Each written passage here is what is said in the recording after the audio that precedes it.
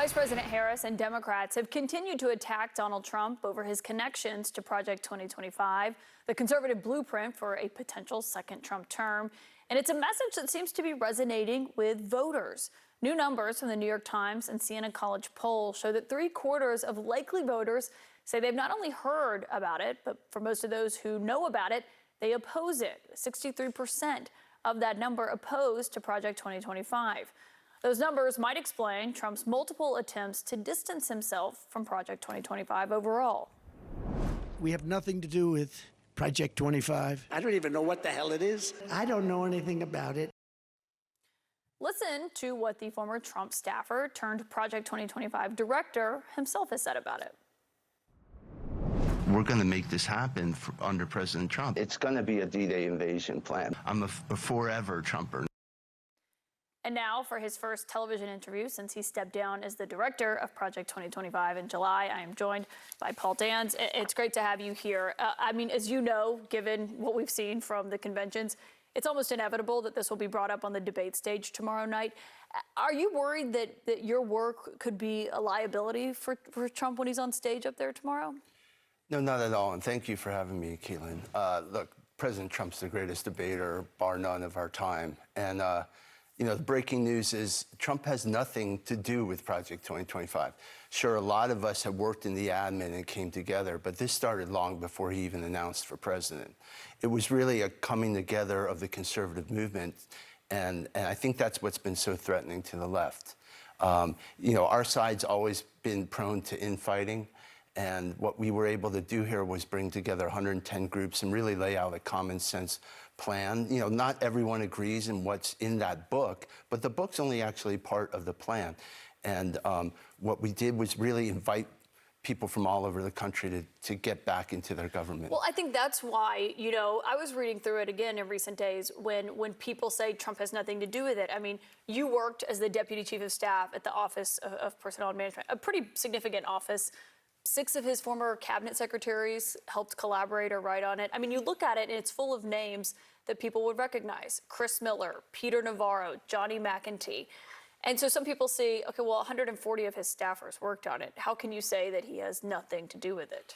Well, he personally didn't have anything to do with it. Certainly a lot of folks, you know, worked on it, came out of the Trump administration, but that's natural for any Republican administration.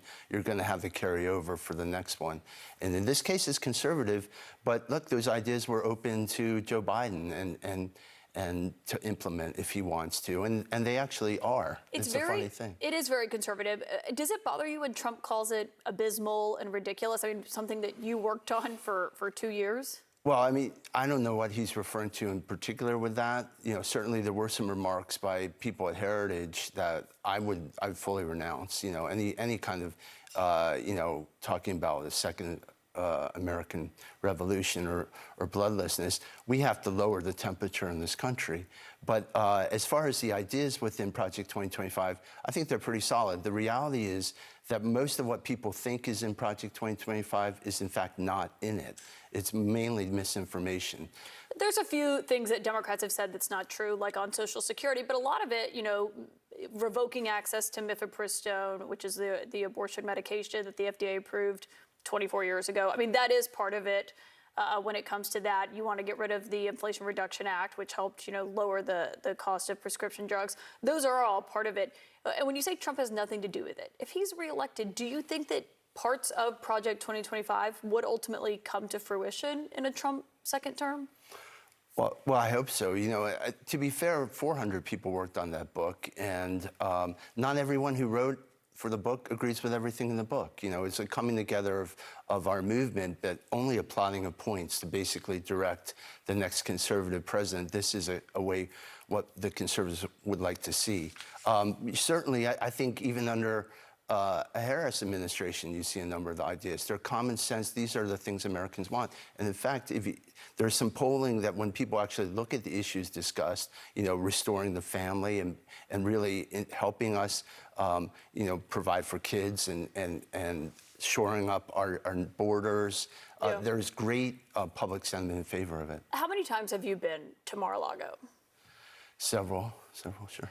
And you meet with Trump campaign people, or who do you talk to when you're there? Well, I've met, well, they're not at the Mar-a-Lago per se, but yeah, I've met with Susie, and, you know, from time to time, we have a little bit of interchange, but it's very limited with respect to Project 2025, sure. Have you met with Trump himself? I've only met him, shaking hands with him. And when was that recently? Well, I spoke at the National Religious Broadcasters Convention in Tennessee, so I met him in the SNAPS line, and I met him a couple of years prior. But no, I really haven't met President Trump. So when you say Trump has nothing to do with it, you're saying he didn't write it, he didn't collaborate on it. But I looked at some past things you said, and you said that this is ultimately his direction and his team's direction. I think people might doubt that he has nothing to do with it, given comments like that you've met him, that you've been to Mar-a-Lago.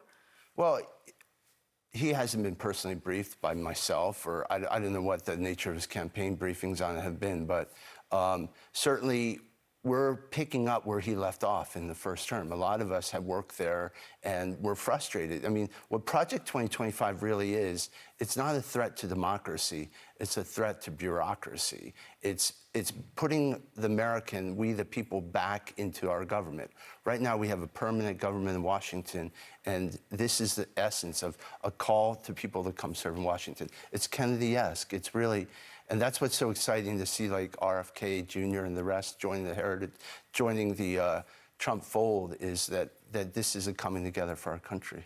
Are the people joining the Trump campaign, RFK Jr., Corey Lewandowski has returned, are they more open to Project 2025 and its ideas?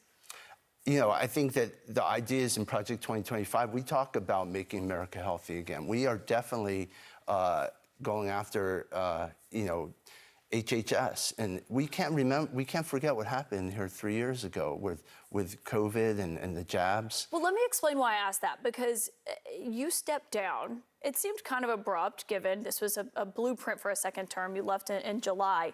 And when you did, Susie, who you just mentioned, that's Susie Wiles, and Chris LaCivita, they're running the Trump campaign. They put out a statement after your departure that said, Trump's campaign has been very clear for over a year that Project 2025 had nothing to do with the campaign, did not speak for the campaign, and should not be associated with the campaign or in any way. Reports of Project 2025's demise would be greatly welcomed and should serve as notice to anyone or any group trying to misrepresent their influence with President Trump and his campaign. It will not end well for you. What was your response to that very forceful denunciation of your work? Well, with apologies to Mark Twain, I'd say, you know, the reports of my demise have been greatly exaggerated. You know, the reality is that, look, we haven't had interchange with the campaign. A lot of this was done, you know, way before President Trump even announced for office. You know, a lot of the Heritage folks worked with the DeSantis campaign. So you might actually say it's more of a DeSantis Project 2025. Well, Trump's name is in the document 300 times. Well, DeSantis is not. Yeah, he's the former president, you know, but like when it came time to debut the book at the Heritage 50th anniversary, President Trump wasn't invited by the Heritage management. They instead gave the seat of honor to Governor DeSantis. So I think, you know, it's very ironic that it's now getting mapped to him. That's fake news. But to be fair, you know, it's natural that a lot of these ideas, because there were great things that he was on the verge of accomplishing. Do you think Trump's campaign managers are doing a good job? I'm excited about the change with Corey coming in. You know, with the RFK Jr. edition, that's really exciting. Dr. Carson is a godsend, and yeah, I really think that this is an opportunity for our country to really heal, come together. You know, the president's had an extraordinary year. You know, the gentleman almost died, but for the grace of God, and I think it's, you know, we sit here in New York on the eve of September 11th here. You know, I was here for 20 years, and I still remember after that how, you know, people came together, and I think we have that moment now. You worked in the last Trump administration. Would you work in a second Trump term? Well, you know, I'd obviously be honored to be asked by the president, but it's so important that we get that second term, and I think that that's really what we need to be concentrating on now. I think, you know, the president we had great peace and prosperity 4 years of Trump. You know what Trump's going to offer. It's not what's in the book of Project 2025. It's what he's telling you, what he did. He brought us peace. He brought us rising an economy, rising wages, and we know that for certain. With Kamala Harris, you know, she's an unknown, but we know she's the most radical. You know, she makes Biden look like a moderate. I think she would obviously push back on that. Paul Dance, thank you for joining us for your first TV interview.